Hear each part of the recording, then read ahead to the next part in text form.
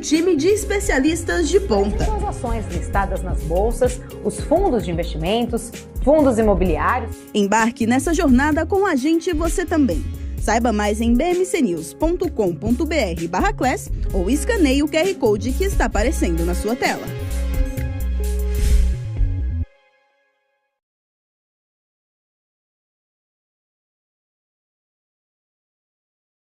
O que impacta a economia e o mercado global. Aqui no BMC News você acompanha em tempo real a abertura do mercado e todas as movimentações do mundo dos investimentos. Notícias acompanhadas de opiniões de grandes especialistas para ajudar você na melhor tomada de decisão na hora de investir. Eu, Paula Moraes, estarei com você de segunda a sexta, às 9h30 da manhã, no BMC News. BMC News. Informação que gera valor.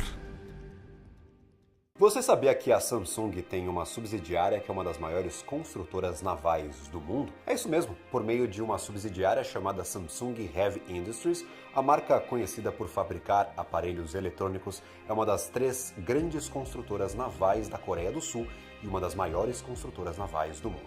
O foco principal da SHI é a engenharia, aquisição, construção, comissionamento e entrega de navios de transporte para a indústria comercial. A companhia atualmente também conta com módulos topsides de perfuração, além de unidades de produção flutuantes para o petróleo e o setor de gás, guindastes de pórtico para pátios e fabricação, instrumentação digital e dispositivos de controle para navios e outros serviços de construção e engenharia.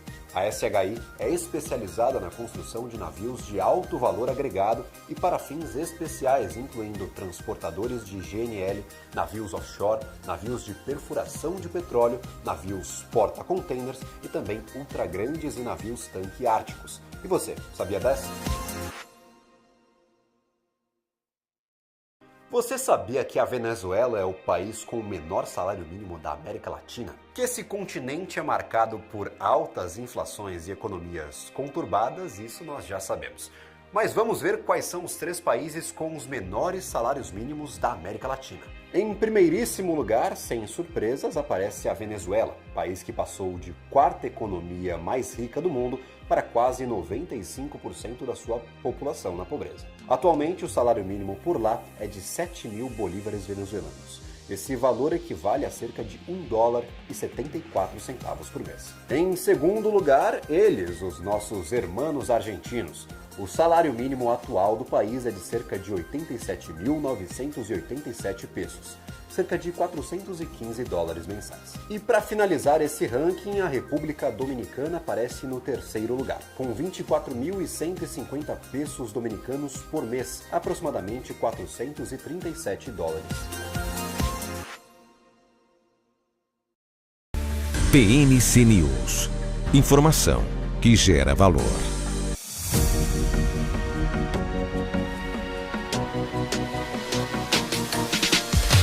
BMC News. Informação que gera valor.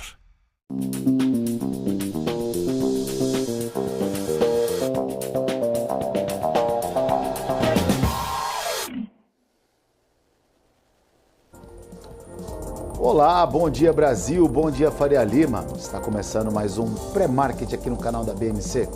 Eu sou Marco Prado e hoje, nesse dia 10 de novembro, sexta-feira, traremos todas as informações de mercado financeiro, dia em que a Bolsa amanhece com viés negativo pela fala ontem de Powell. Powell, presidente do Banco Central americano, com o seu discurso no final do dia, derrubou as bolsas mundiais, falando de talvez um possível alta de juros ainda esse ano.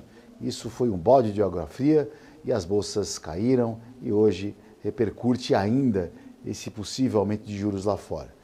Verdade é que o mercado, de uma certa forma, é sempre precipitado à medida do discurso do Powell mais tranquilo ou uma projeção dos indicadores mais tranquilo, trouxe um otimismo que as bolsas aí se movimentaram com alta significativa desde sexta-feira da semana passada. E essa fala ontem trouxe uma preocupação.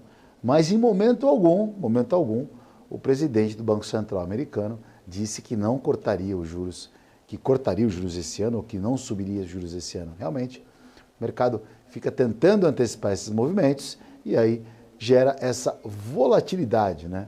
Outras coisas também no radar, aqui Brasília continua rolando as pautas importantes, o governo tentando passar os principais pacotes, né, as reformas tributárias e a reforma também de arcabouço para poder dar uma aliviada na economia. A verdade é que a nossa Bolsa ontem demonstrou uma grande volatilidade, um danado sobe e desce, aquele famoso sobe e desce do mercado, onde, para quem gosta de operar mercado financeiro, principalmente você aí que tem em casa e é trader de mercado, também tem uma oportunidade de volatilidade. E é isso que, para o investidor mais acomodado, um cara mais conservador, a volatilidade não é o bom negócio.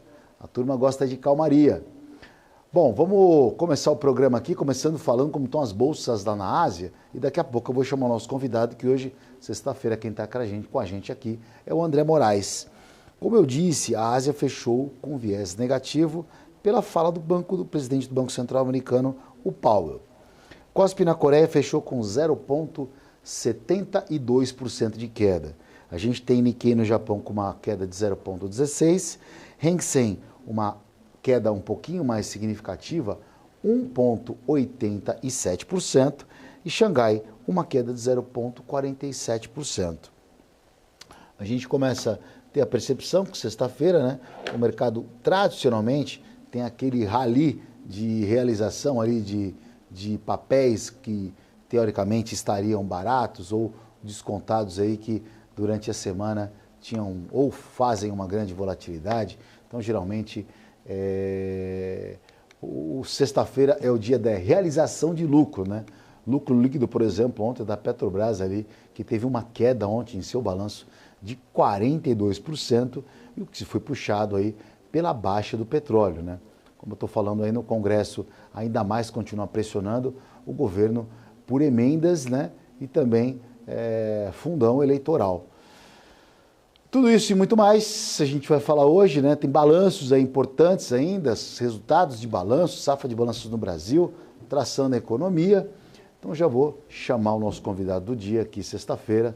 Estou com o André Moraes. Fala, André, bom dia para você. A culpa não é do petróleo, a culpa é do Powell agora, hein? Pois é, mas olhando para o Ibovespa aqui, né, a gente está vendo que é uma culpa, mas uma culpinha só, né? Porque ele ficou lateral. A gente estava vivendo um bom dia, testando um ponto de resistência, Marco. Eu gosto muito de mostrar esse ponto aqui, onde tem essa linha azul, certo? Porque este aqui é realmente um ponto de uma briga muito grande entre comprados e vendidos desde muito tempo, né? Se a gente observar, desde lá de trás, a primeira vez que te bateu aqui foi minutos antes de vir aquela crise que veio por conta do Covid, né?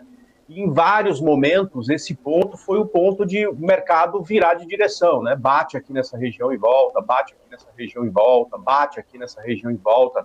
Aqui conseguiu ultrapassar, andou um pouquinho a mais, mas voltou e está lá de novo, né? Então, de certa forma, só do mercado não ter cedido 2%, 3%, como é comum acontecer quando chega aqui, né? Tipo, ó, bateu nesse ponto, tem uma vela aí de 2,5% de queda, depois uma de 2%.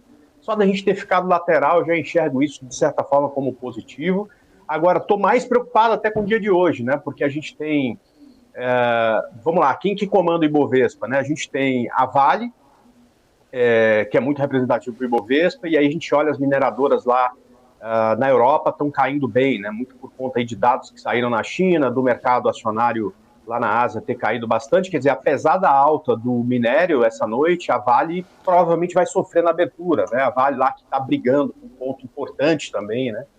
Que é essa região de R$71. A gente tem o balanço da Petrobras, que, na verdade, a manchete é que o balanço veio 42% menor, mas isso comparado com um ano atrás, né? O mercado não está de olho no ano atrás, ele está de olho exatamente na expectativa deste balanço, mas quando você só olha a expectativa desse balanço, ainda veio um balanço um pouco pior do que o mercado esperava na linha lucro líquido, né? Em outras linhas vieram uma surpresa positiva, por exemplo, a produção do petróleo de barris por dia aumentou, enfim, né? Mas eu não vejo como alguma coisa positiva para a Petrobras que deu um salto muito grande nos últimos momentos, né? E está aqui meio que lateral nos últimos dias, com viés de queda, mas trabalhando muito mais lateral do que com alta, né? Ou com queda forte.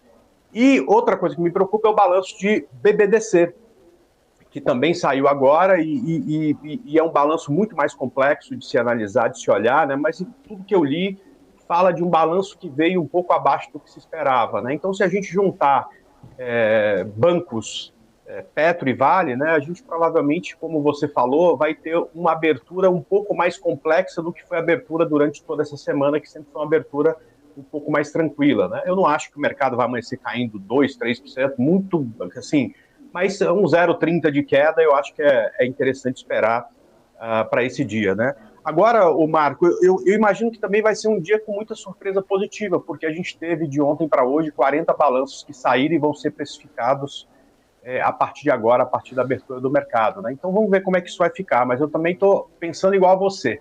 Um pouquinho de queda nessa abertura é possível, Marco. Legal, André, você trouxe bastante informação muito rápido aqui, meu objetivo, né? Vou compartilhar então um pouco do tema. Não, perfeito, é isso aí, cara. Prático e objetivo, é isso aí. A gente, você falou de Petro, falou da abertura do índice, alguns pontos aqui também eu tenho observado ontem acompanhando o mercado. Primeiro ponto positivo é que em algum momento do dia eu estava vendo ontem a Bolsa despencar, proporcional à máxima que ela havia feito ontem, 121 mil alguma coisa, que era o que eu imaginava, até que o mercado, olhando o movimento dos papéis, das ações, vendo o Petro subir bastante ontem, falei, seria natural o índice subir, e de repente eu olhei e vi que o índice estava caindo. Falei, cara, alguma coisa no radar, alguém deve ter falado alguma coisa, pelo movimento que ele fez, uma queda bem rápida, né, bem abrupta, e aí depois fiquei sabendo, e a gente vai lendo, porque foi por conta do discurso do Paulo. Mas mesmo assim, é o que você falou, o mercado acabou sustentando, e o índice futuro fechou acima de 120 mil pontos, e se bobear, ele deve abrir muito próximo a isso hoje. Deve abrir também com uma leve queda, próximo, beirando os 120 mil pontos, fechou a 120, 200 e alguma coisa, 225, se eu não me engano agora. Hoje sexta-feira, acabei esquecendo meu computador lá no escritório, mas estamos aqui com a tela e estamos no celular aqui pegando as informações. Então, André, eu acho que o índice realmente foi um bom dia para um mau dia do mercado, né? Tivemos um dia que o índice acabou fechando positivo, foi um bom dia para um mau dia, e hoje a Deus pertence, mesmo porque também a gente tem o IPCA, que é um dos principais medidores da inflação, e a gente já vai falar dele ao longo do programa, e muito mais detalhado o índice, abertura de dólar também, que o André traz alguns pontos que ele tem enxergado nesse meio do caminho, porque do 117 para o 118, agora 119, 120, o mercado fez algumas barreiras, né? Fez alguns suportes aí, e a gente vai depois, num detalhe, traçar com o André. E o André Moraes falou da Petro, que eu também não gosto igual o André Moraes, penso igual em relação quando a gente fala de você comparar sempre o ano passado. O mercado não está olhando o passado, o mercado está olhando o que está acontecendo daqui para frente. O que eu posso pensar, André, talvez uma coisa um pouquinho mais positiva em relação à Petro, embora tenha aquela questão, né, de o balanço, receita um pouco menor, mas a produção, ontem eu li na matéria que a Petro bateu o recorde na produção de óleo diesel, então está produzindo bastante. Então, ainda mesmo que essa ação, comparado, para quem gosta dessa comparação, tenha caído bem, e já era esperado no mercado, porque ventilava-se a semana algo próximo a 36%, veio um pouco pior, mas a produção da Petro ainda continua sendo muito boa, a exploração. Então, eu acredito ainda que esse papel ainda possa andar, mas depois o André vai trazer essas questões no gráficos. Só para dar uma pincelada na questão da China, né, que as principais bolsas de Nova York acabaram fechando, derrubando em queda no dia de ontem e levando as bolsas asiáticas por conta do discurso do presidente do Federal Reserve, é o trava-língua aí, o Powell, né, acabou dando um movimento aí um pouquinho, desacelerou muito ali, principalmente, né, para quem estava um pouco mais otimista em relação ao crédito. E hoje, ao longo do dia, a gente tem discursos de dois membros também do Banco Central, conselheiros do Banco Central americano, membros do FONC, um às 9 horas da manhã e um às 11 horas da manhã. Os discursos de ontem, das falas desses membros do FONC, foram aquele discurso mais hawkish, né? Foram discursos mais voltados para uma possível alta de juros. E aí o mercado está muito sensível, viu, André? O mercado está muito Nutella, hein, meu? O mercado podia ser mais, vamos lá, segurar no peito mais 0,25, engolir o choro, meu Deus do céu, vai aumentar 0,25, acabou o mundo de novo. O pessoal está muito sensível esse mercado, hein? Verdade, mas eu acho que o que o mercado não gosta é da incerteza.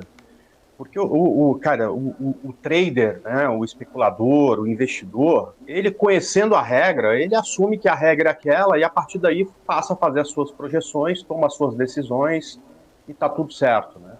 Eu acho que o que assusta os investidores e cria essa celeuma de porque falou isso, porque estava mal-humorado, aí, entendeu? É a incerteza, né? Eu acho que se o Powell falasse assim ontem, olha, a gente vai subir 0,25 na próxima reunião e depois a gente acabou. Depois é esperar a coisa se normalizar para depois pensar em cair os juros. Cara, o mercado subiria se ele tivesse falado dessa forma. Eu acho que a incerteza de, não sei, vamos ver, isso é muito mais prejudicial ao mercado. E aí sim, quando você tem incerteza no ar, essa coisa da euforia e do medo, que é comum ao investidor iniciante, mas também é comum ao cara que é profissional, Marco, a gente conhece gente de 30, 40 anos de mercado, e no fundo, todo mundo tem medo, todo mundo fica eufórico em algum tempo, né, em algum momento. Então, eu acho que essa incerteza, né, é que acaba mexendo com a cabeça, inclusive, do investidor profissional, e aí fica esse mimimi de, falou assim, falou assado, e acaba mexendo com o mercado, trazendo uma volatilidade que até certo ponto é interessante, né? Essa volatilidade sem direção dos últimos meses que é muito ruim, porque cai muito rápido, sobe muito rápido, você não consegue fazer nem boas operações de compra e nem de venda. Portanto, eu estou sonhando com o rompimento daqueles 121 mil pontos, porque aí eu acho que fica um mercado mais direcional. Quer dizer, não acho que vai acabar essa volatilidade, principalmente por conta aí dessa incerteza com a inflação americana, mas entendo que o Ibovespa acima de 121 mil pontos, né, tende a deixar pelo menos o nosso mercado mais direcional. Torço para que isso aconteça a partir de agora. E só uma coisa em relação à Petro, que você comentou, o Marco. Pode falar. Uma das coisas que a gente observa, né, quando sai um balanço e você entende ele muito bom, muito ruim e tal, a gente acaba olhando lá para o aftermarket americano ou para o pré-market americano. Agora a gente está perto da abertura do mercado americano, né, que vai abrir às 11h30, e ver o comportamento da ADR, que é negociada, inclusive, no pré-market, com a liquidez muito pequena, né? Então, quando o balanço é muito ruim, chega nesse horário, a ADR está caindo 5%, 6%. Não é o que acontece com a ADR de Petrobras. Ela está, neste momento, negociando com 1% de alta. Quer dizer, pelo menos o cara que está ali ligado no pré-market, né, não está precificando esse balanço como um balanço ruim, tá? Então, só para dar uma ideia aqui de como é que pode ser a possibilidade de abertura de Petrobras. Boa, André. André, semana que vem é o seguinte, hein? Semana que vem vai ter que fazer o programa aqui ao vivo e a cores, hein? Vamos cobrar aí, ó. O pessoal tá pedindo aí. Pô, cadê o André, meu? Cadê o André? Vem aqui um dia ao vivo aqui no pré-market fazer o programa aí. Vamos acordar mais cedo aí. Vamos lá. Mandar a limusine pegar você em casa aí. E você vem pra cá, até com aquela limusine de balada, sabe?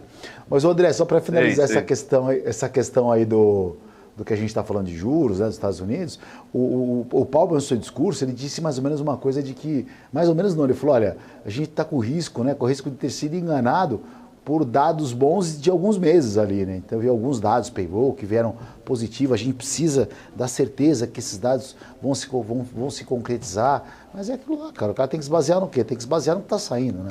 Não dá para você imaginar, nem o presidente do Banco Central americano tem a capacidade de imaginar um dado, né?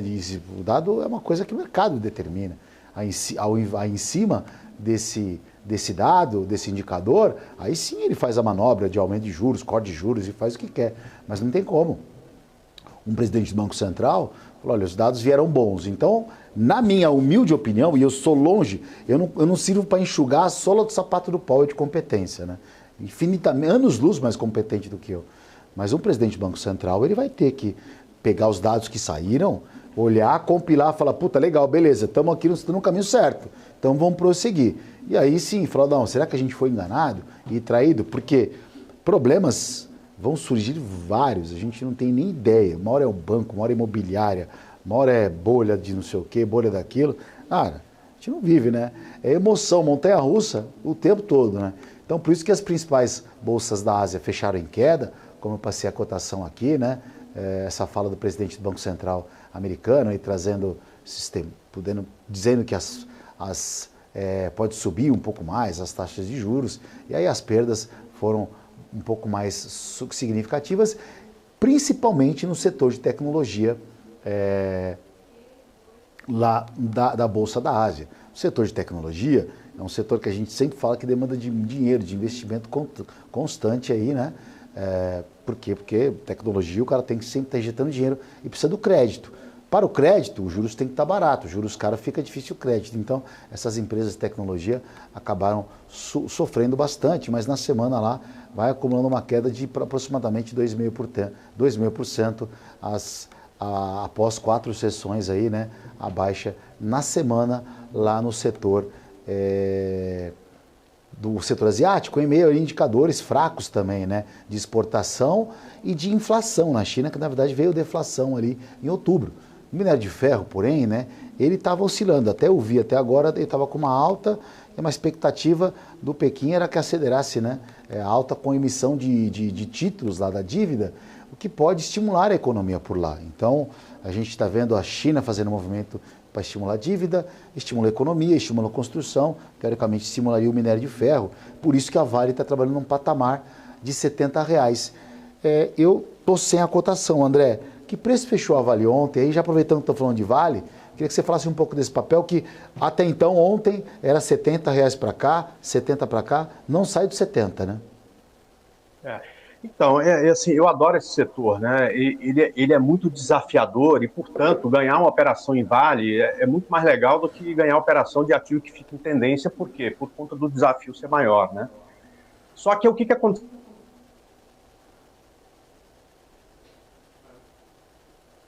Pois não, aqui tivemos um delayzinho aqui, mas o André já reconecta conosco aqui, tá? Então, o André estava falando, estava trazendo informação da Vale. A Vale é uma empresa que depende muito de China pela questão de construção, né? Construiu mais, tem uma demanda maior por minério de ferro, compra mais. E a nossa exportadora de minério acaba tendo a China como a principal parceira.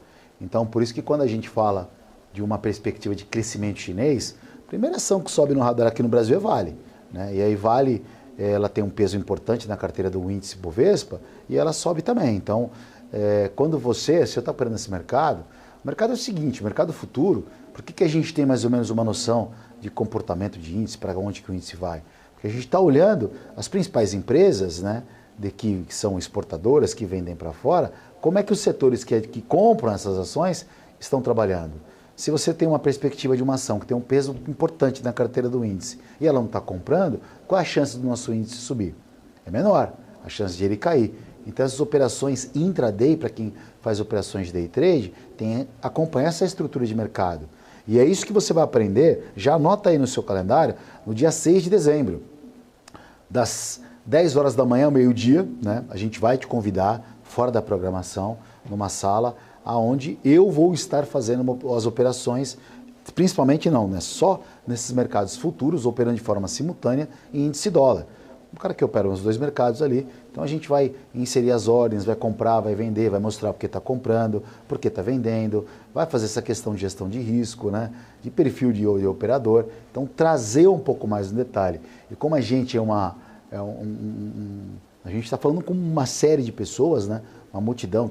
Tem o pessoal da TV a cabo, tem o pessoal da internet, tem o pessoal que nos assiste, que está dentro da plataforma Profit, que é a plataforma, hoje é a melhor plataforma que se tem para operar no Brasil. Então a gente está dentro do universo também de trader e a gente passa as informações de mercado financeiro aqui ao longo da manhã, em todo o pré-market, mas também conduzindo, dando pinceladas, né, de operações ao longo do dia para esse público que é grande aqui, que a gente está cada vez mais crescendo também e trazendo também para quem não é do mercado financeiro, para quem é de fora do mercado, essa oportunidade de mercado financeiro, porque sim, é uma chance. E não é uma chance de renda extra não, gente, é uma chance de profissão, sabe? Tá? Assim, a questão você pode se profissionalizar de mercado financeiro. Vamos esquecer tudo que a gente está vendo aí mas hoje tem só vendedor de curso, arrasta para cima. Qualquer segmento tem. Você vai até jurídico, medicina, tem a galera que vai só para vender produto, vender curso. É normal. Hoje faz parte do business, né? A mídia digital entrou para isso, né? Mas também existem aquelas oportunidades, aqueles movimentos que você faz que é realmente para você ensina as pessoas, porque hoje as pessoas não querem um curso, as pessoas não querem uma mentoria, as pessoas querem uma mudança de vida, né? Então, eu acho que nesse intuito de você poder dar uma oportunidade de fazer o cara ganhar um valor em que ele não ganharia em nenhum lugar, então essa é a proposta do nosso curso. Eu volto em 2 minutinhos, aguenta aí, já voltamos. BMC News. Informação que gera valor. O que impacta a economia e o mercado global. Aqui no BMC News você acompanha em tempo real a abertura do mercado e todas as movimentações do mundo dos investimentos. Notícias acompanhadas de opiniões de grandes especialistas para ajudar você na melhor tomada de decisão na hora de investir. Eu, Paula Moraes, estarei com você de segunda a sexta, às 9h30 da manhã, no BMC News. BMC News. Informação que gera valor.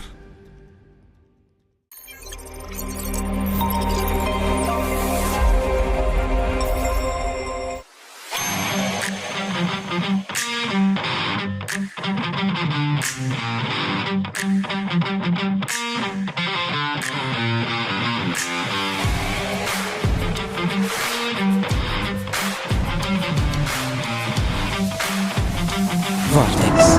Ion.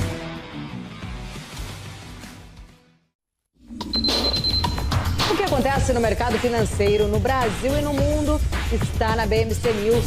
São 24 horas de programação para ajudar o investidor na melhor tomada de decisão. Independência e jornalismo sério. Não estamos plugados em nenhuma instituição financeira. Isso nos dá liberdade de levar a informação sem nenhum viés e sem conflitos de interesse. Ser a ponte entre as notícias, empresas, especialistas e os investidores. Tudo de uma forma dinâmica e com uma pitada de bom humor. Informação que gera valor, você sempre vai encontrar na BMC News. Você sabia que a Samsung tem uma subsidiária que é uma das maiores construtoras navais do mundo? É isso mesmo, por meio de uma subsidiária chamada Samsung Heavy Industries, a marca conhecida por fabricar aparelhos eletrônicos é uma das 3 grandes construtoras navais da Coreia do Sul e uma das maiores construtoras navais do mundo. O foco principal da SHI é a engenharia, aquisição, construção, comissionamento e entrega de navios de transporte para a indústria comercial. A companhia atualmente também conta com módulos topsides de perfuração, além de unidades de produção flutuantes para o petróleo e o setor de gás, guindastes de pórtico para pátios e fabricação e instrumentação digital e dispositivos de controle para navios e outros serviços de construção e engenharia. A SHI é especializada na construção de navios de alto valor agregado e para fins especiais, incluindo transportadores de GNL, navios offshore, navios de perfuração de petróleo, navios porta-containers e também ultragrandes e navios tanque árticos. E você, sabia dessa? Mercado de capitais, o motor dos negócios no mundo. Há 20 anos a Capital Aberto vive esse universo, informando e formando você. Agora começa um novo capítulo. Uma capital mais dinâmica, assertiva e completa. Notícias, análises, entrevistas, cursos. Em um mundo generalista, somos especialistas. Conteúdo e formação feitos do mercado para o mercado. Capital Aberto, feita de dentro. Você sabia que o Brasil é o país que mais gasta com eleições e partidos no mundo? O gasto anual do país é 2,5 vezes maior que o valor do segundo colocado na lista. O Brasil tem um gasto de mais de 789 milhões de dólares por ano, seguido do México com 307 milhões. É o que mostra o levantamento baseado em dados do IMPA, do Banco Mundial e também do TSE. Além disso, o Brasil aparece em segundo lugar no ranking de países com maior número de partidos políticos. 32 é o número de partidos registrados no Tribunal Superior Eleitoral. Isso deixa o Brasil atrás somente da Índia, que tem 36 partidos. Fora isso, o Brasil também é o país que mais gasta com parlamentares, com um custo médio de 5 milhões de dólares por ano. E o gasto por parlamentar de cerca de 528 vezes mais do que a renda média da população. Esse número é 2 vezes maior que o do segundo colocado, a Argentina, com um gasto de 228 vezes a mais do que a renda média da população. Vale lembrar que em 2022 foi aprovada uma lei que aumenta ainda mais o fundo eleitoral. BMC News. Informação que gera valor.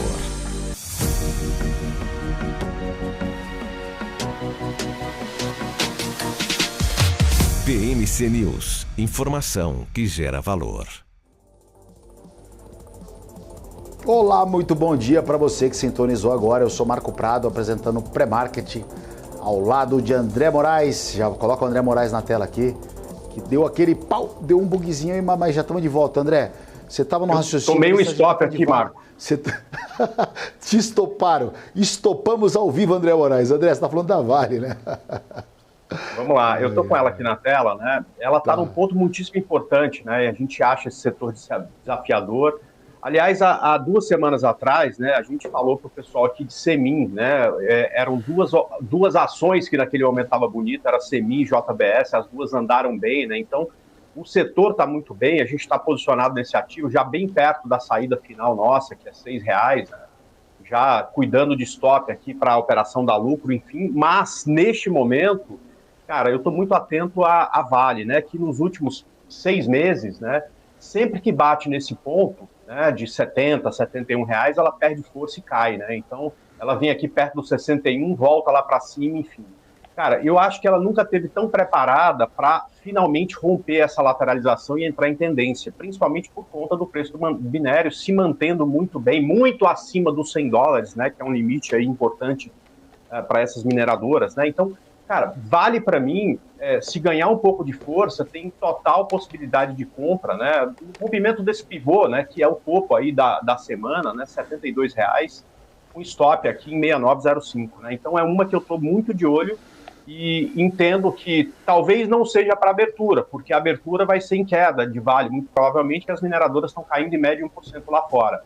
Mas ganhando força com o passar do dia, ou até mesmo na segunda ou na terça, acima de R$72, eu acho ela muito convidativa para uma compra, tá, Marco? André, eu vou ser um pouquinho mais otimista, tá? Para mim, Vale final do ano até o final do ano é 79. Acho que se a gente falar de China crescendo um pouquinho mais... China podendo crescer 5,4%, como o FMI já falou essa semana, China não vai crescer, aí é 4,5%. Não, a China vai crescer 5,4%, segundo o FMI. E se esses estímulos aí começarem a fazer um pouco mais de pressão no mercado positiva, eu acho que, como você está certo, sim, eu acho que pode até ser bem abusado mesmo, R$79, como o Citibank já falou há umas 2 semanas atrás, né, que seriam $2 de alta no preço da ação. Então, vamos acompanhar isso, minério de ferro, China, tudo aí, e Vale, né? E se isso acontecer, se a gente está falando num papel desse ir para 79, aí a gente pode pensar, né, André, ou não, num índice ali 123, 124 mil pontos, é o que, mais ou menos, 125 para o final do ano, estaria muito bom, não estaria não? Estaria muito bom. Eu continuando com o gráfico de Vale aqui, né, essa região que você falou, é meu alvo aqui, né, essa região entre 79 e 81 é onde a gente, Vale vai começar a ter as primeiras resistências mais fortes. Então, eu acho super plausível, caso as mineradoras continuem fortes, que ela tenha aí um descarrego, até porque ficou 6 meses de lado, né, a hora que consegue romper essas regiões de lateralização, é normal que caminhe bem, né? Tomara que a gente consiga ver, porque isso, com certeza, faria uma pressão positiva no Ibovespa. E aí, Marco, no Ibovespa, eu entendo o seguinte, cara, tem um limite aqui até os 123 mil pontos. Não vai ser fácil passar dessa região, mas se a gente passar, eu não acho que para no 125, né? Eu gosto de viver um dia de cada vez, senão você fica querendo alvos enormes e aí acaba saindo com prejuízo porque você saiu tarde demais.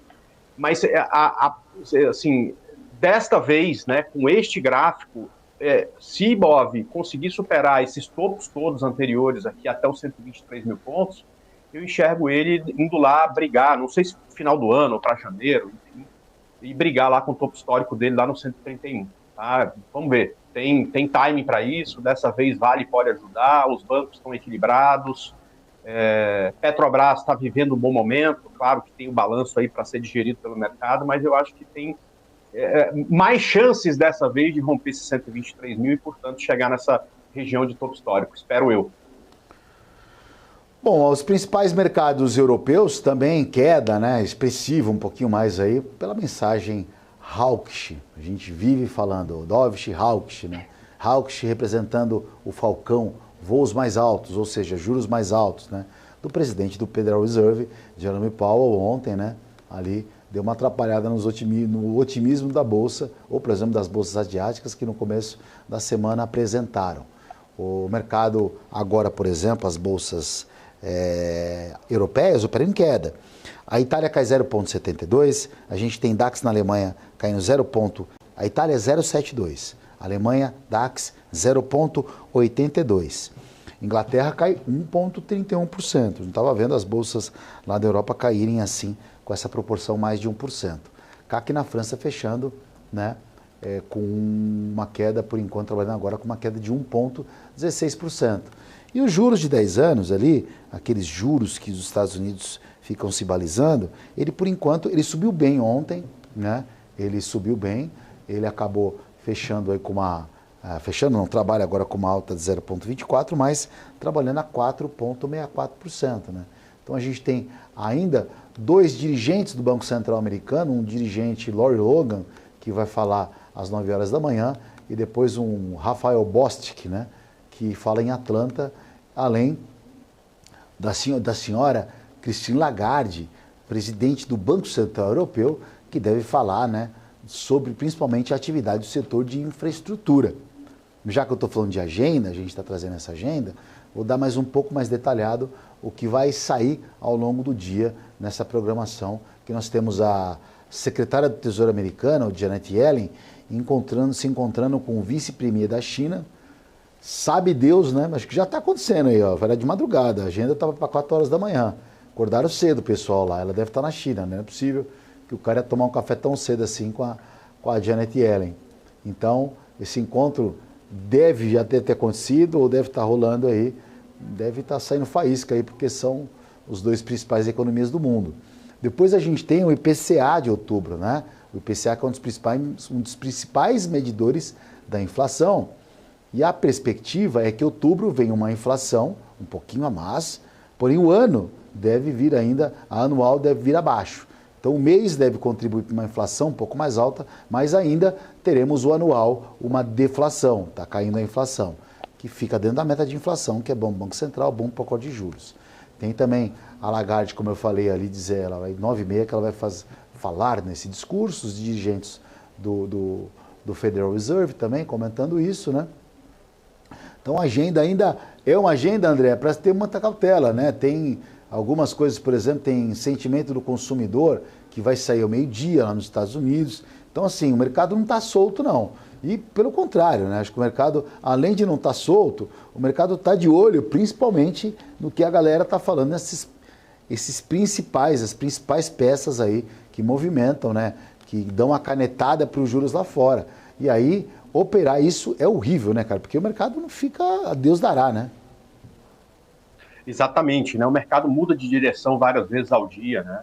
E aí importa como é que vai fechar, como é que vai abrir é menos importante até. E pensando em Brasil, né? Em mundo, quer dizer, tem um monte de variável aí que pode mexer com o mundo do mercado, mas em Brasil, no Brasil, acho que talvez não para as blue chips, para essas Petro, Vale, bancos, né?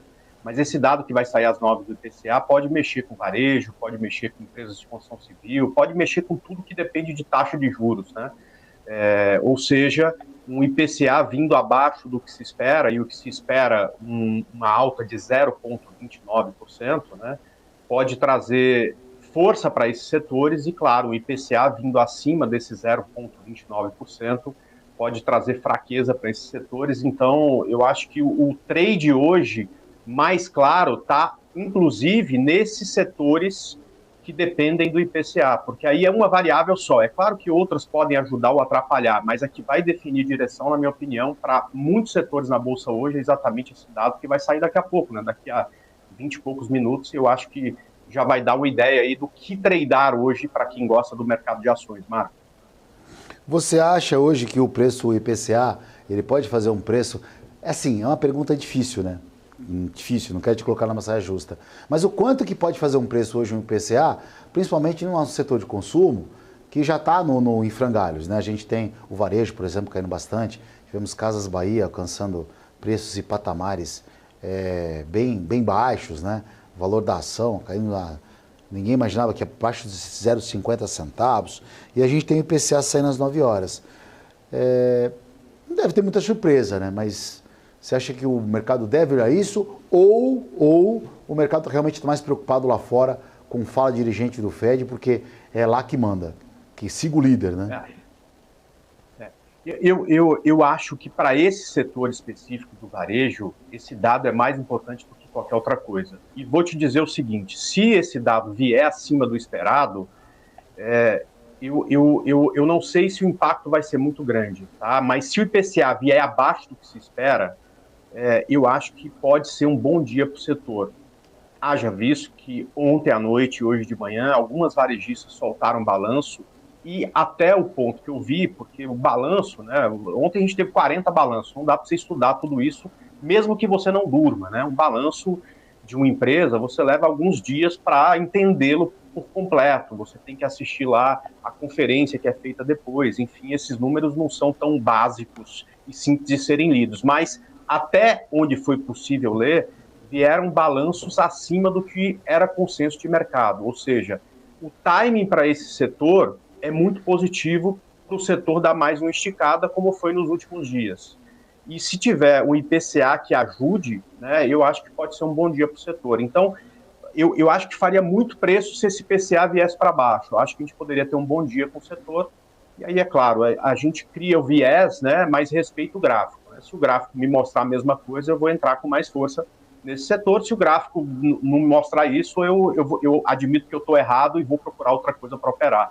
Mas o foco inicial C&A que soltou balanço, Soma que soltou balanço ontem, que teve um bom desempenho, em lojas Renner, em ativos, né, que estão sofridos, que caíram bastante e que numa recuperação de curto prazo, né, podem dar aí para o trader, né, um retorno um pouco mais rápido, né, do que esses outros ativos que dependem de todas essas variáveis que você comentou agora há pouco, Marco.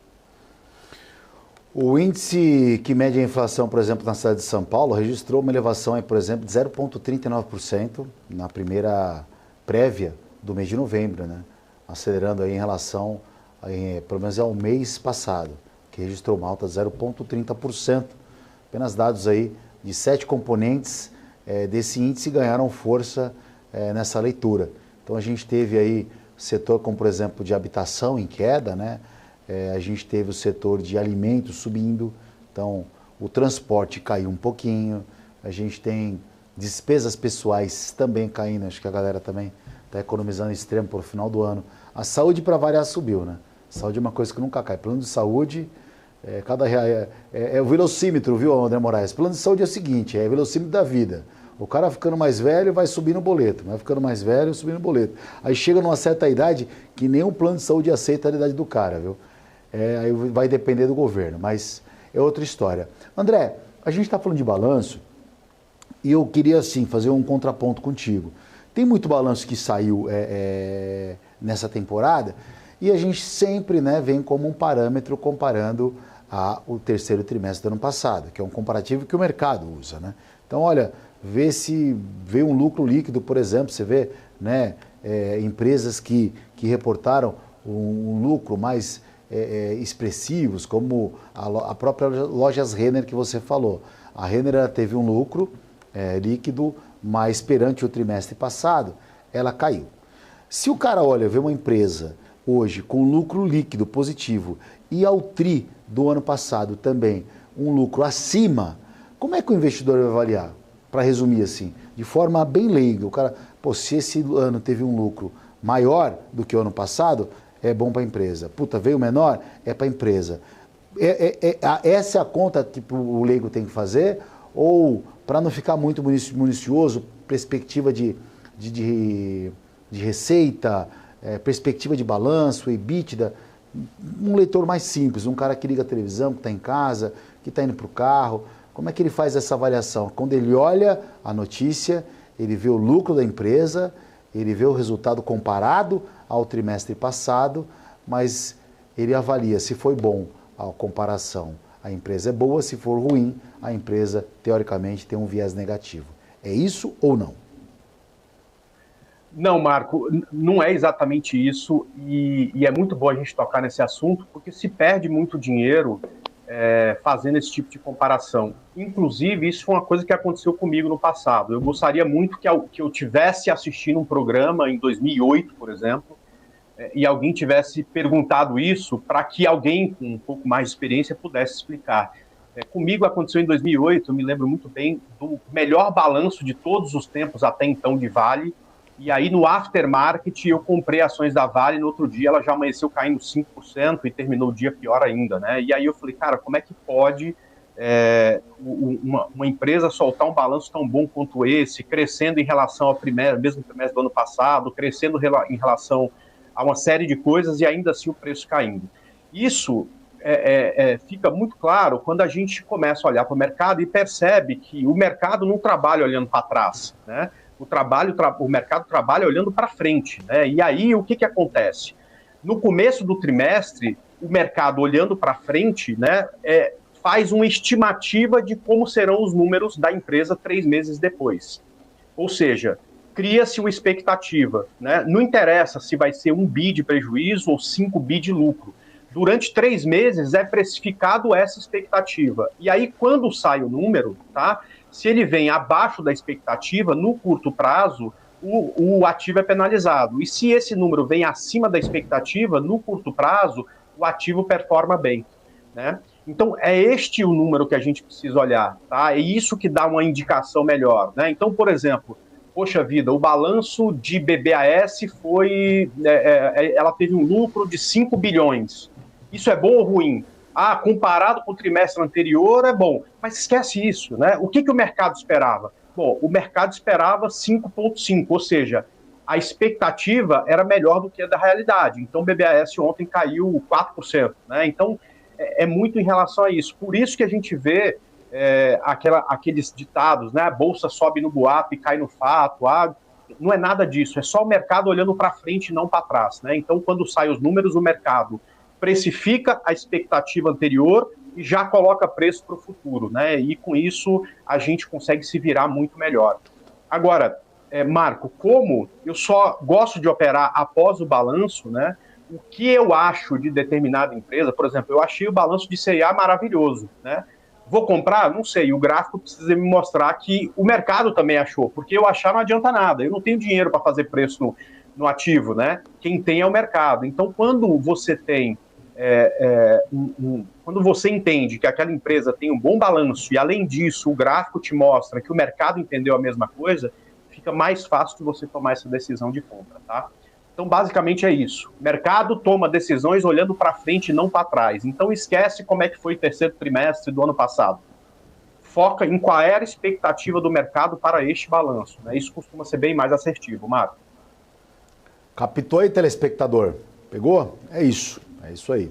Ô André, a gente está mais ou menos com um viés parecido com a abertura do índice, né? Com uma leve queda, mas você falou, olha, teve muito balanço, saiu aí, para você precificar isso, deixa a coisa acontecer. Então o índice deve ter um comportamento um pouco diferente hoje, ainda mais na largada. Às 9 horas a gente tem o IPCA, que também faz barulho, né? Em algumas empresas. Então, hoje a abertura não vai estar muito, como é que eu posso te dizer?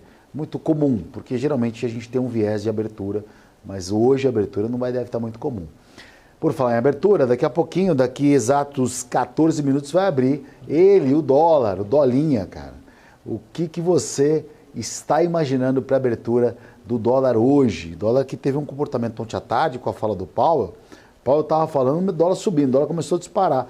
Pegou engatou uma terceira ali, cara, parecia trator subindo tudo aí, foi atropelando tudo que é preço, parou só no 40 e alguma coisa ali, voltou, mas fechou firme o dólar ontem, hein? Fechou para cima, né? E o dólar deu trabalho essa semana, né? Assim, quarta-feira foi um dia bom, né? Ele veio aqui num ponto de suporte, que para mim era compra, demorou, mas ele foi até o ponto de resistência do dia, e a gente conseguiu fazer uma boa operação, mas segunda e terça ele foi muito difícil, né? Ficou muito tempo lateral, enfim. E ontem conseguiu romper esse ponto de resistência depois de tentar a primeira vez no início da manhã, né? E terminou o dia lá no ponto, no outro ponto de resistência aqui em 4,947, tá? Eu entendo que, eu acho provável que o dólar amanheça hoje perto da estabilidade, um pouco para cima, tá? Então, para cima desses 47, ele cria alvo aqui no 63, e se superar isso, aí vai ter um caminho mais longo até o 81, portanto, acima dos 47, eu sou mais comprar dólar do que vender, e caso, tá? E eu acho que é muito importante dizer isso, se esse PCA vier abaixo do esperado, né?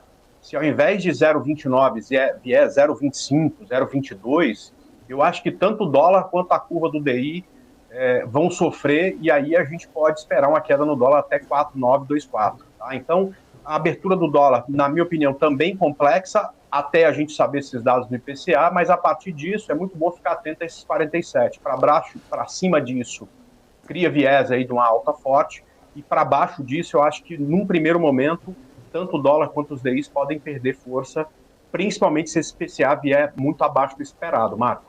Aproveitando que você está na tela aí, André, aproveitar a sua tela do dólar ali, o que você está vendo na região do 4,974, ali do 71, se tem algum ponto por ali, e para baixo, operando a semana, ali no 4,875, ali realmente mostrou que o dólar não tem força para ir abaixo ali, mostrando um fundo muito importante. Estou perguntando desse 71 porque automaticamente o dólar deve abrir já namorando esse 4,970. Então eu queria que você desse uma olhada na sua análise, o que o gráfico está mostrando nessas duas extremidades, por favor.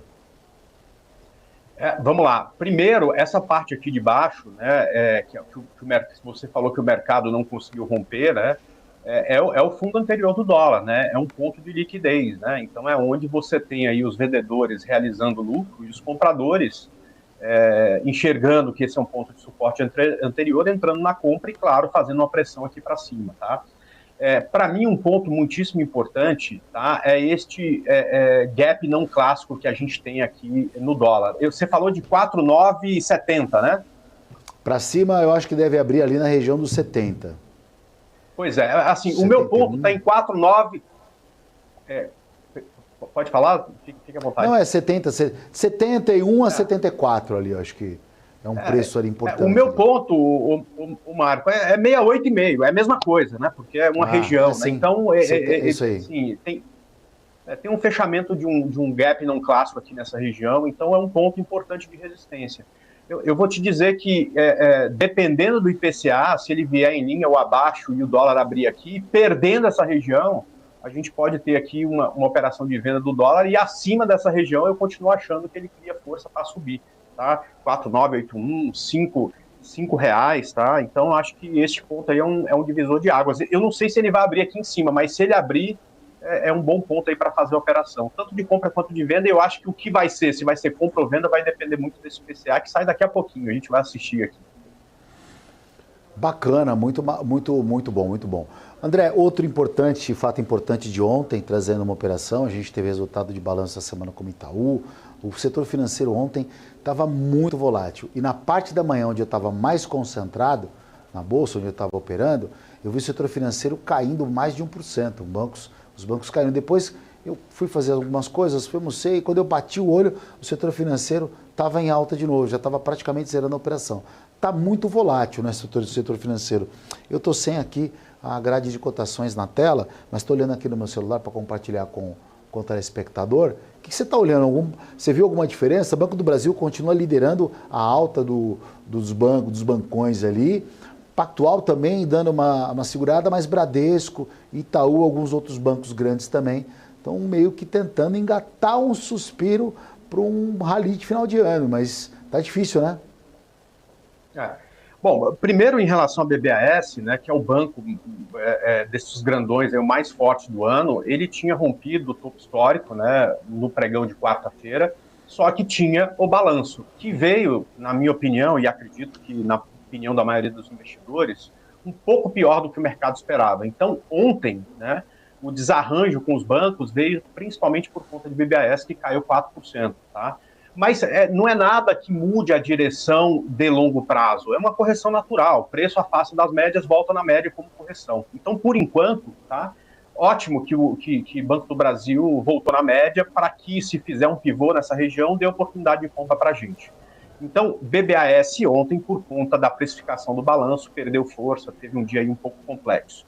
Itaú, que tinha soltado o balanço anteriormente, continua forte, né? Então, o que você falou, num determinado momento ontem, Itaú chegou a ficar bem negativo, né? Mas ganhou força no final do dia e fechou mais perto da máxima do que da mínima.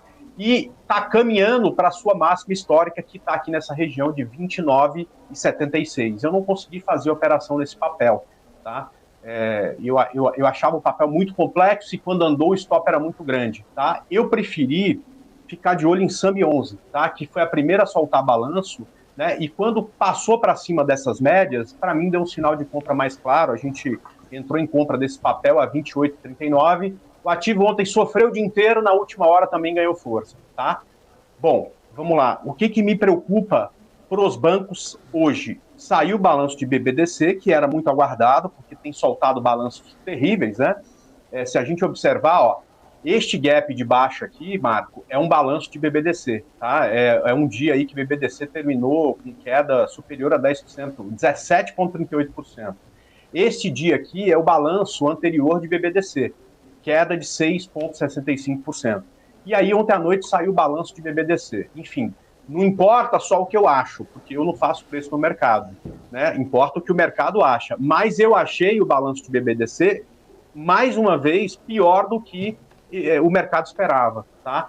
E com isso eu entendo que os bancos podem sofrer um pouquinho aí nessa abertura por conta aí desse desarranjo vindo de BBDC. Espero estar errado. Se eu estiver errado, o mercado tem mais chance de subir, tá? Mas por enquanto isso que me causa aí um pé atrás com o mercado hoje. Quer dizer, Vale vai abrir uma situação complexa. Petrobras a gente não sabe porque teve o balanço, alguns números foram ruins, mas lá nos Estados Unidos ela está performando bem no pré-market. E para os bancos eu enxergo um pouco de dificuldade, pelo menos na abertura, Marco. Pessoal, um programa com um viés de educacional, hein? Uma aula de mercado, uma aula de possibilidades, aí a gente desbravando esse mercado inicialmente num pré-market onde a gente não busca informação. Estamos sendo a informação de qualidade e acho que de uma forma podemos, né, falar com o André Moraes aí, que a gente está trazendo um perfil mais olhando para o horizonte, dando uma perspectiva e não fazendo aquela velha leitura de retrovisor para falar o que aconteceu e sim o que pode acontecer. É isso que dá a qualidade do programa. Eu vou fazer o seguinte, eu vou para aquele último intervalo, aquele break, que é para você tomar o café, se ajeitar em casa, já está começando a preparar, vai abrir o dólar e o índice, o cara já está tenso, né? Já está ruim a unha para saber o que fazer. Calma, então tem que ter calma. A gente vai voltar com a abertura dos mercados já consolidados, os futuros de índice dólar e a última parte do pré-market da sexta-feira. Aguenta aí, 2 minutinhos, voltamos. PNC News. Informação que gera valor. O que acontece no mercado financeiro no Brasil e no mundo está na BMC News. São 24 horas de programação para ajudar o investidor na melhor tomada de decisão. Independência e jornalismo sério. Não estamos plugados em nenhuma instituição financeira. Isso nos dá liberdade de levar a informação sem nenhum viés, sem conflitos de interesse. Ser a ponte entre as notícias, empresas, especialistas e os investidores. Tudo de uma forma dinâmica e com uma pitada de bom humor. Informação que gera valor, você sempre vai encontrar na BMC News.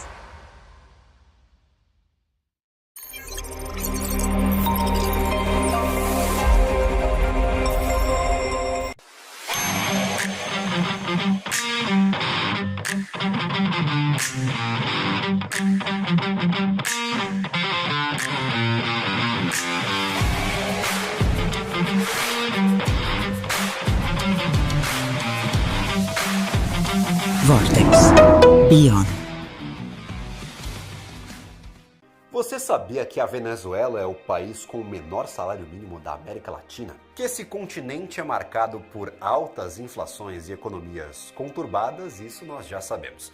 Mas vamos ver quais são os 3 países com os menores salários mínimos da América Latina.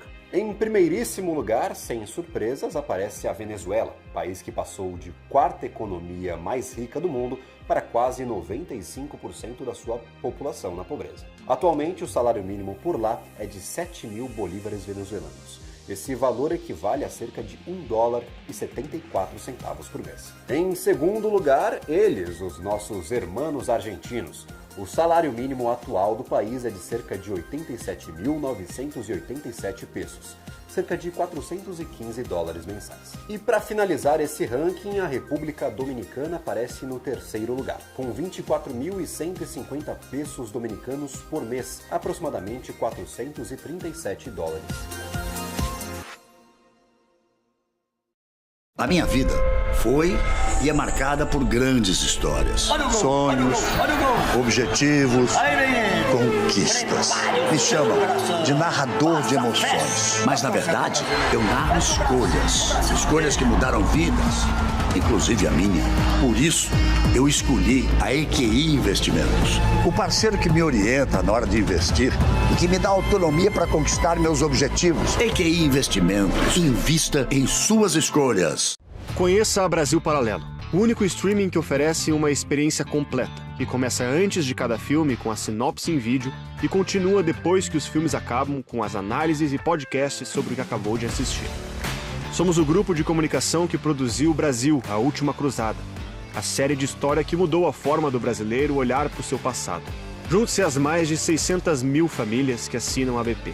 Entre no site brasilparalelo.com e faça sua assinatura. PNC News. Informação que gera valor.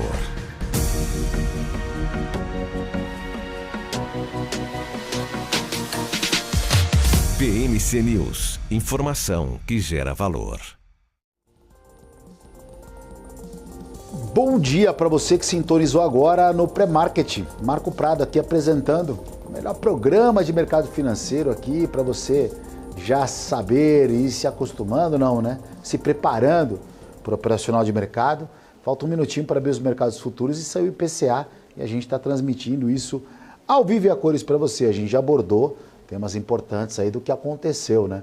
Ontem o cara estava operando, a galera estava operando e viu o mercado desabar. O que aconteceu? Não estava indo tudo tão bem, Bolsa não ia subir, Petro subindo quase 2%. Por que a queda? Já trouxemos a informação. E você também já deve ter pescado desde ontem à noite, principalmente essa galera que está conectada aqui em mercado financeiro, né? Quer saber o porquê das coisas. Powell, presidente do Banco Central americano, a culpa é do Powell. Dessa vez a culpa não foi do petróleo, dessa vez a culpa foi do Powell. Aí, dizendo que possivelmente não é bem assim, os juros ainda estão em aberto, o final do ano mais 0,25, pronto. Aí foi o motivo da choradeira, as bolsas caíram, a Ásia já caiu também essa madrugada, a Europa está caindo um pouquinho mais acentuado. E hoje tem dois membros do Banco Central americano que também irão falar, pessoas que têm direito a voto no Conselho para decisão de juros lá nos Estados Unidos. Essas pessoas falam ao longo do dia. Então, o viés de ontem também das pessoas que falaram, dos membros do Banco Central americano, fora o Powell, também sempre falaram aí com um tom mais hawkish, que é aquele tom mais propício para a decisão de uma alta de juros. E a alta de juros é ruim para a renda variável, né? O dinheiro vai para a renda fixa. Então, enquanto persistir um juros mais alto, a renda variável ainda vai amargar duras penas. Mas nosso mercado reagindo e tentando se segurar aí. Vamos ver que preço abriu a bolsa aqui. André Moraes, como é que está abrindo nosso índice futuro aí? Abriu positivo, o IPCA veio bem abaixo do esperado, se esperava 0,29%, ele veio 0,24%, ou seja, para mim é um dado bem positivo, reforça aquela ideia lá de ficar de olho em varejo e tudo que depende aí de taxa de juros. Eu acho que pode ter um dia positivo, quer dizer, aquela expectativa de abrir um pouco embaixo que nós dois tínhamos, né, foi por água abaixo com esse resultado do IPCA. E dólar também abriu positivo, é até engraçado, eu imaginava o contrário, né? E ele chegando lá perto daquela região que para mim é uma forte resistência, tá? Então, aqui nessa região a gente pode ter uma surpresa agradável. É claro que esse dado do IPCA a gente precisa ainda fazer uma leitura total, ver como é que foi o comportamento dos núcleos e tal, mas à primeira vista é um dado positivo para o mercado, ou seja, se eu tivesse que tomar a decisão entre comprar e vender índice, eu já estaria comprado a partir do momento que saiu o IPCA, inclusive saiu antes da abertura do índice, né? Porque é um dado realmente representativo. Marco? Boa leitura, André, boa leitura. Eu já teria tomado stop aqui, que eu já teria vendido, já está tomando a sapatada na orelha aqui, viu? Porque eu estava muito conectado com o viés das bolsas que estão caindo lá fora do que propriamente com o IPCA. Tudo bem que eu tinha acompanhado o IPCA, o mercado estava esperando o IPCA que o mensal viesse acima do esperado, mas o mensal veio abaixo. Então isso realmente foi bom, possibilita, aí já começa, né? Aí o mercado já olha para frente, né, André? O mercado olha, não, que lá na frente a inflação menos pressionada, o Banco Central tem espaço brasileiro para cortar os juros. E aí isso seria favorável para a renda variável. Só que o mensal veio abaixo da expectativa, o anual, como já era um consenso ou a expectativa do mercado veio abaixo, e aí isso acabou benéfico para a Bolsa, que assim, 120 mil ali, essa região 120.800, perante tudo que está acontecendo aí fora, André, eu não compro não, viu? Acho que daí o cara tem que começar a ficar um pouco esperto. E agora, André, fica pescando, hein, meu? Fica remando, assistir, preparar aquela série para esperar até 11h30, 10h30 deve ter um indicador, tem indicador no meio do caminho, vai esperar até a abertura da Bolsa Americana às 11h30, tudo bem que às 10 abra a papelada, né? Mas o mercado fica à deriva. O que você tem feito, André Moraes, nessas 2h30 antes de abertura de Bolsa Americana? Assim, eu gosto muito dessa abertura de mercado, só que não é para trade de se abraçar e ficar abraçado com ele meia hora, 1 hora, 2 horas, né? Mas, por exemplo, a abertura do índice, quando você tem isso, né? A venda do dólar aqui nesse ponto, que a gente marcou como ponto de resistência, né? Entre 63 e 68, você consegue fazer, só que é tipo assim, se você vendeu aqui, você já fez parcial, já zerou risco e vai torcer para no máximo voltar na média, né? Então eu acho que assim, para essa abertura entre 9 e 10 horas é fazer trade rápido, né? Aí o que acontece, Marco? 10 horas da manhã, nessa primeira semana em que mudou o horário de inverno lá nos Estados Unidos, a gente tem pego muitos esses ativos que soltaram balanços, e principalmente, né, essas empolgações ou esses medos exagerados, né? Então tem muita coisa abrindo com gap. E aí, Marco, eu, assim como você, pelo que eu entendi, eu adoro trabalhar contra o gap. Então, a gente viu ativo abrindo com 8 de alta, 6 de alta, com balanço mais ou menos, né? Então você se aproveita disso para tentar vender esse ativo para uma vinda até nas médias. Mesma coisa acontece o contrário, né? Ativo caindo 6%, 8% na abertura, eu tento comprar isso aqui para levar até as médias. Beleza, aí já deu 10h30, 10h40, a partir daí, Marco, eu vou só me concentrar em esperar a abertura do Dow Jones, tá? Porque eu não gosto de tomar a posição que eu sei que eu quero levar para o resto do dia antes dessa abertura. Então aí eu fico muito mais me segurando para não abrir mais nada de operação até que às 11h30, quando, enfim, abre o mercado americano, e mais importante, quando abrem as nossas ADRs, aí eu tomo posição de novo. Se eu acho que o mercado está mais provável uma subida, eu compro, e se acho ele mais provável uma queda, eu vendo, tá? Então, basicamente, eu tenho o que fazer, por enquanto, até umas 10h30, 10h40. Neste período, 10h40 até as 11h30, eu fico realmente de braço cruzado, esperando o mercado americano abrir. Ô, André, mas é assim, né? A leitura que a gente fez, com todo respeito ali aos nossos companheiros também, as pessoas que fazem pré-market, tem salas ao vivo, mas a gente, de uma forma sutil, isso eram 8h30 da manhã, eu e você, a gente está falando o seguinte, olha, o índice dentro do IPCA, hoje vai ter uma abertura talvez não um pouco diferente, porque tem um indicador IPCA, e toda vez que sai IPCA, nós frisamos isso no programa, né? Gente, olha, a gente tem IPCA, o índice abre um pouco diferente, porque vai olhar um indicador importante da economia brasileira. Mas geralmente a gente tem um viés ali e acerta muito, porque é natural também, né? Faz isso há tanto tempo, eu, você, pessoas que operam e outras pessoas também. Mas em relação ao câmbio, isso nós frisamos, até falei dos pontos ali, olha, o dólar naquele ponto lá atrás entrou uma compra, e assim, A abertura que teve do dólar hoje, nesse patamar de 45 que eu abri, é de graça, cara, entendeu? Assim, tava muito barato, né? Então, assim, esse é o jogo do negócio, né? Eu enxergo assim, queria depois que você compartilhasse, porque você tem propriedade para falar também. Pô, oportunidade de graça, falei, ó, o dólar ali eu imagino, você falou 68, você chegou e falou, ó, 68 ali é mais ou menos o meu número. Eu fui até um pouquinho, falei, André, talvez até uns 71, 74. Pô, abrir o 45 é de graça, né, cara? O que o cara faz numa situação dessa? Né? É aproveitar a liquidação. Então, assim, eu acho que o preparatório, a preparação de mercado financeiro, eu estou de cabeça baixa porque eu estou vendo a cotação.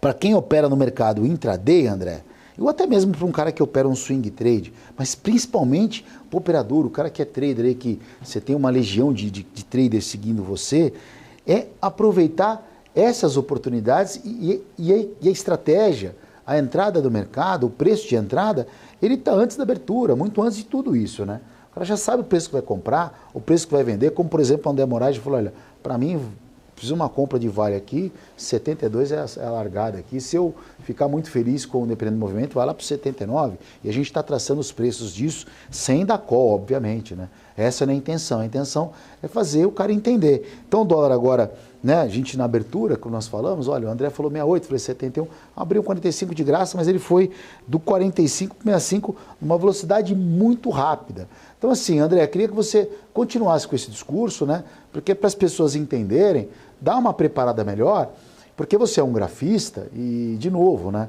um grafista dos bons, de antigos de mercado, mas eu tenho certeza que você, André Moraes, não fica só olhando o cruzamento da média. Você, André Moraes, não olha só, ó, cruzou a média, apareceu um candle aqui. Não, você está falando de IPCA, entendeu? Então, assim, é a qualidade e o profissionalismo para a profissão. Porque muita gente vem com o mercado, André, e você sabe melhor do que eu, é setup. O cara quer uma coisa fácil. E não é assim que funciona, a gente sabe que não é. Então você, mais uma vez, fala, poxa, gente, olha, legal, tem meu gráfico, tem meus pontos, mas eu estou olhando o IPCA. E não é um bicho de sete cabeças. Então, feito esse meu discurso, queria que você também falasse para o telespectador, para quem está nos assistindo, a sua visão de tudo isso. Marco, concordo perfeitamente. Quando eu comecei no mercado, acho que deve ter acontecido com você, a gente, em algum momento, eu pensei em transição de carreira, que aconteceu alguns anos depois, e eu passei muito tempo apenas sendo trader, né? No primeiro momento, o que mais me chamou a atenção é essa coisa de que, poxa, eu vou ter liberdade, vou trabalhar pouco. Então eu achava, quando comecei, e eu acho que muita gente pensa da mesma forma, que eu ia chegar às 5 para as 9, 9 horas eu ia fazer 3, 4 trades, 10 e meia acabou e eu podia ir surfar e fazer outras coisas, enfim. E muita gente chega no mercado com essa visão, né? E quando, na verdade, né, isso não tem nenhum cabimento, né? Você precisa se preparar para o mercado.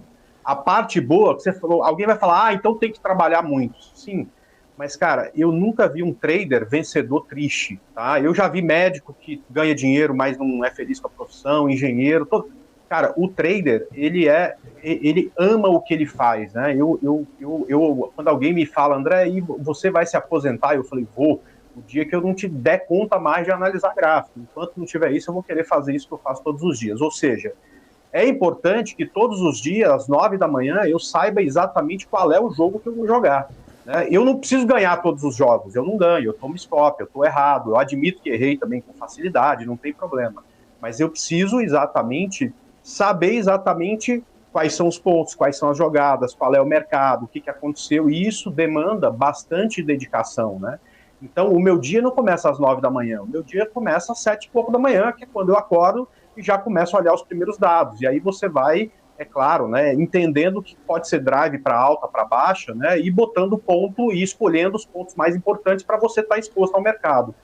Tudo isso, né, leva um tempo para você entender. Hoje em dia está muito mais fácil, né, Marco? Porque o meu resumo do que estudar, o que fazer, eu tive que aprender sozinho. Hoje a gente tem aí um monte de gente que faz esse resumo. A gente aqui está fazendo esse resumo do que é importante. Isso acaba dando uma boa base para quem está começando. Ou seja, antes de abrir o mercado, você precisa saber qual é o jogo que você vai jogar. Porque senão você não tem chance nenhuma de fazer gol. Né? Você só vai levar tomar gol. Vai parecer o Botafogo ontem, né? Tomando 3 gols em 10 minutos, né?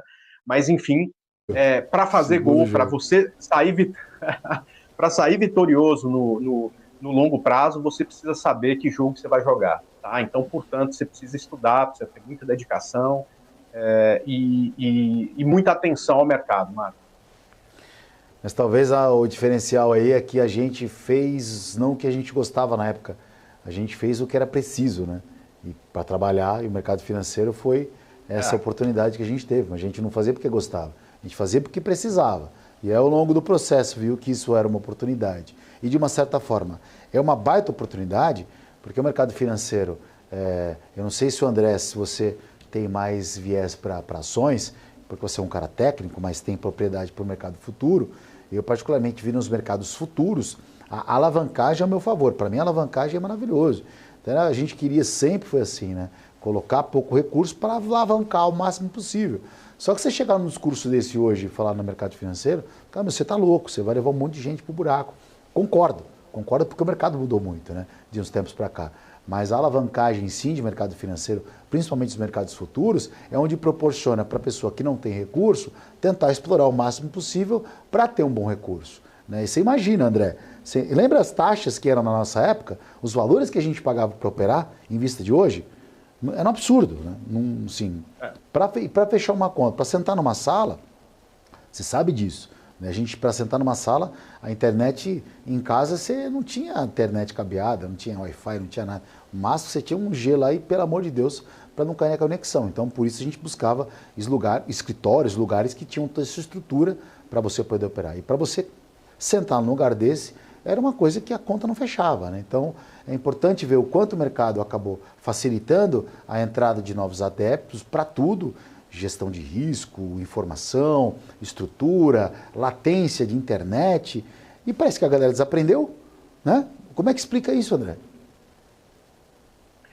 Então, por um lado, a gente vê muita gente entrando no mercado pelo motivo errado, né? E eu acho que essa coisa da pandemia, de muita gente ficando em casa e tal, trouxe muita gente que veio para ganhar dinheiro de forma rápida e fácil. Isso aqui não é possível no mercado de ações. Ah, mas eu conheço não sei quem que conseguiu. Beleza, tem sempre o Messi da vida, tem sempre o Ayrton Senna da vida, o cara que é acima da média.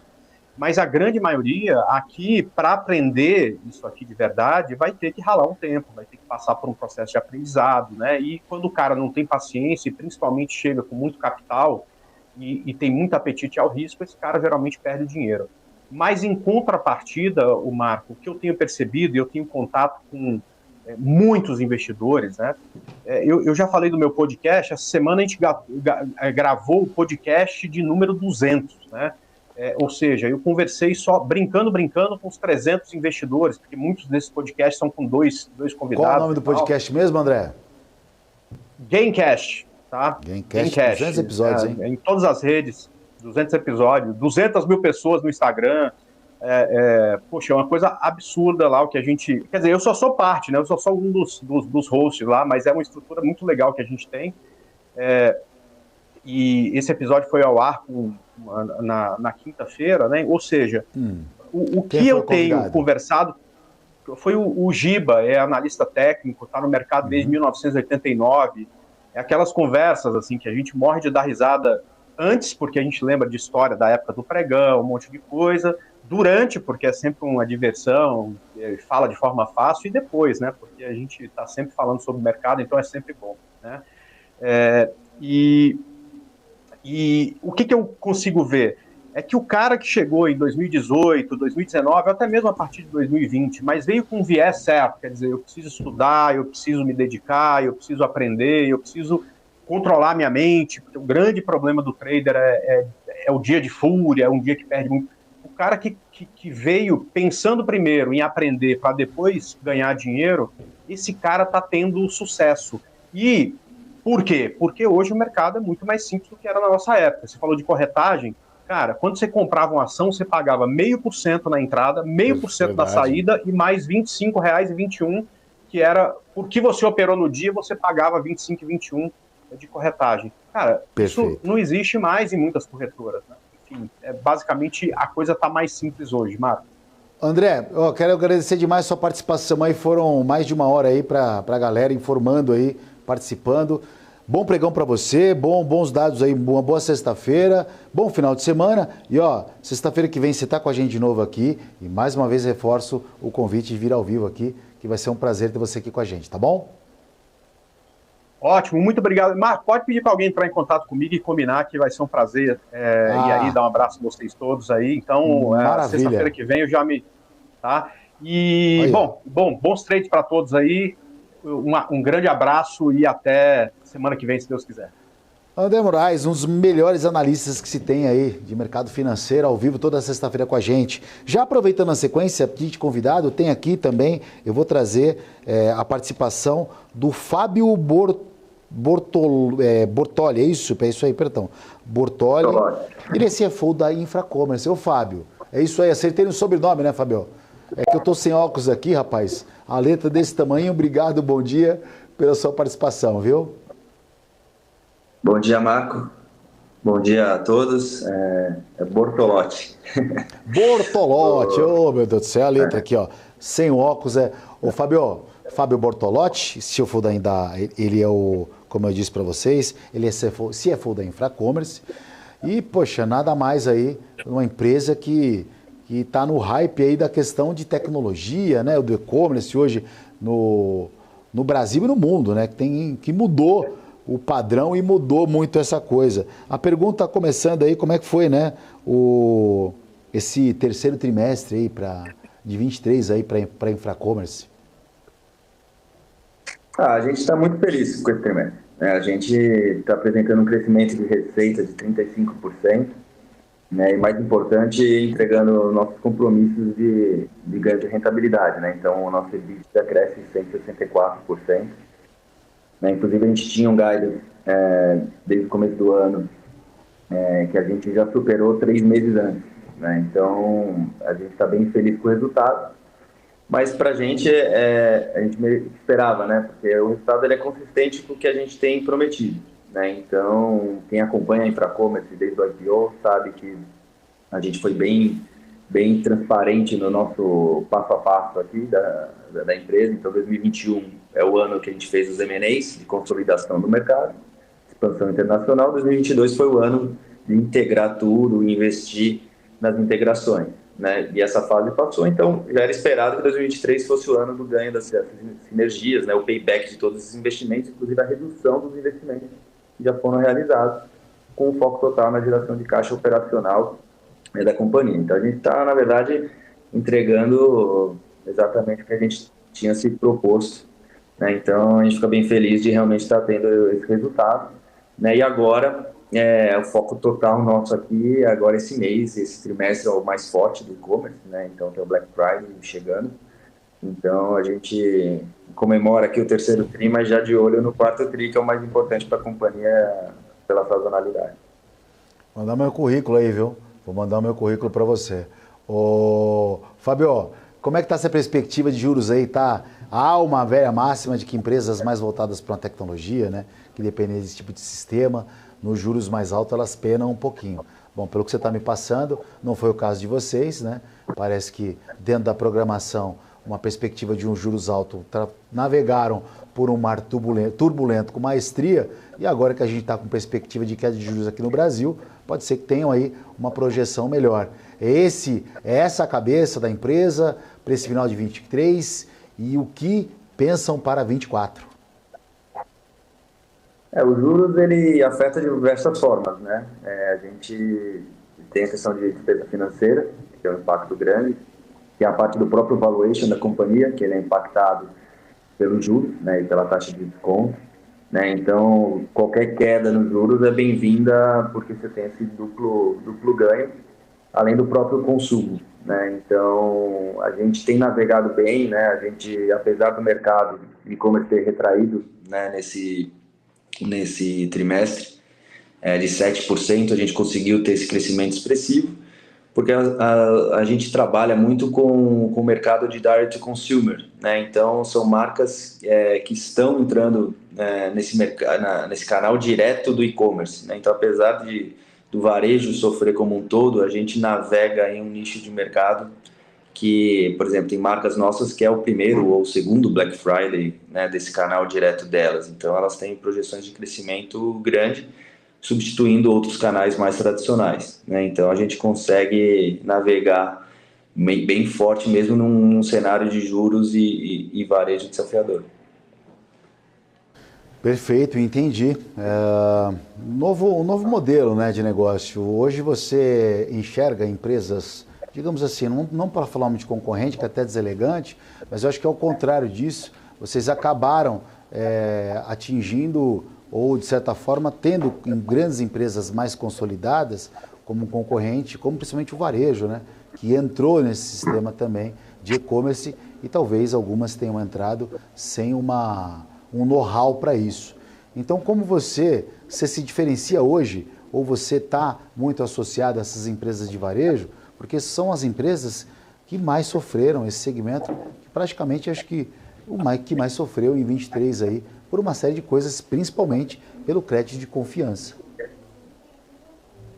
A Infracommerce, ela trabalha para as marcas, né? Então, a gente ajuda as marcas a acessarem o mercado digitalmente nos mais diversos canais que ela tem, né? Então, no final do dia, a gente está menos linkado ali com essa questão do varejista, né? Muito mais das marcas, né, explorando esse canal direto com o consumidor final, né? Então, por isso que acho que são dois mundos diferentes, né? Cada um com seus desafios, mas a gente está muito focado nesse canal direto das marcas ao consumidor final. Você está falando isso? Podemos classificar assim? Oi, desculpa, pode repetir? Eu falei, uma logística digital, podemos classificar assim? Não, acho que é muito mais que isso, né? O e-commerce é muito mais que a logística, bem simples, né? Tá? Pode falar.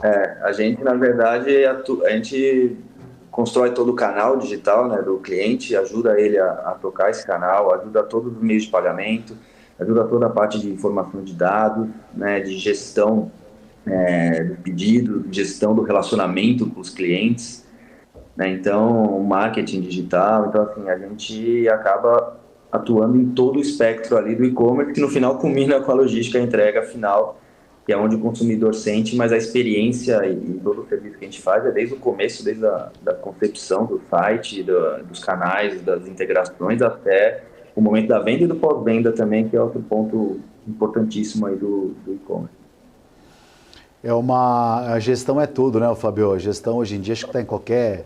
Está num governo, está numa empresa, está na casa, está em qualquer lugar, né? Uma boa gestão é que dá o diferencial para bons resultados, para bons lucros, para dividendos com acionistas, enfim, acho que todo mundo acaba ganhando. Esse deve ser, qual que é o lema da empresa aí de vocês, a gestão? A gente trabalha com duas coisas, né? A gente empresta o nosso nível de serviço e empresta a nossa escala para as nossas marcas, né? Para os nossos clientes. Então, no final do dia, a gente ajuda ele a reduzir custo, porque ele está se aproveitando de uma escala bilionária de e-commerce, não numa escala pequena que ele teria sozinho, né? Ao mesmo tempo que ele também tem um nível de serviço de um grande player, né, de e-commerce, e não um nível de serviço de uma empresa pequena do mercado. Então, no final do dia, a gente tenta trazer os dois, né, o melhor dos dois, que é a eficiência desse canal, né, para ele ganhar mais margem, ao mesmo tempo que ele tem um nível de serviço, e isso faz com que ele tenha um NPS melhor, o consumidor uma recorrência melhor, e ajude ele a navegar no médio prazo no e-commerce, sem ser esmagado pelos grandes players. Já está no projeto, então, um break-even, né, Fabio? Isso, esse projeto, na verdade, como eu comentei, né, ele já vem no nosso plano desde sempre, né, a gente acelerou muito esse ano em função da gente ter terminado a onda dos M&As, então possibilitou a gente agora mostrar bastante ganho de sinergia. A gente tem um plano bem mapeado de economia, né, tanto em todas as linhas, né, CAPEX, OPEX, SG&A, então a gente acaba tendo isso implementado ao longo dos trimestres, então a gente mostrou bastante nesse trimestre, mas vai ter nos próximos também, né? A gente tem ainda aí, do total que a gente colocou no release, ainda tem mais 40 milhões aí mapeados que a gente vai buscar ao longo dos próximos trimestres também trazer para dentro desses números. Perfeito, cara, parabéns pela empresa aí, todo sucesso para vocês, obrigado pela sua participação E volte mais vezes aqui no Pré-Market para falar da Infracommerce. E conversamos aqui com o Fábio Bortolotti, CFO da Infracommerce. Fábio, obrigado pela sua participação. Bom final de semana, viu? Obrigado, e a gente tem o call de resultados agora às 9, então convido a todos que quiserem ter mais detalhes participar do nosso call. Qual o canal? O call pode ir no site de RI da companhia que você tem o link do nosso call de resultados. Ficou a dica para o telespectador. Obrigado mais uma vez, Fábio. Um ótimo final de semana. Obrigado. Semaninha acabando, hein? Semaninha acabando para o pré-market, mas o mercado vai o tempo todo aí, principalmente aqui na BMC. Paula Moraes e Felipe Nascimento já estão apostos aqui para dar continuidade na programação. Tá difícil travar a língua hoje, hein? Faltou água aqui na caneca. Eu vou me despedindo por aqui. Na segunda-feira, eu volto. Na segunda-feira, às 8 horas da manhã, com o pré-market, trazendo muita informação. Tivemos um dia aí ontem turbulento, hoje respingando ainda, mas o dia sempre acaba sendo bom. Então, agradecer sua audiência, agradecer sua companhia, um bom pregão, um ótimo final de semana e até segunda-feira que vem, às 8 horas da manhã, aqui na BMC. Tchau.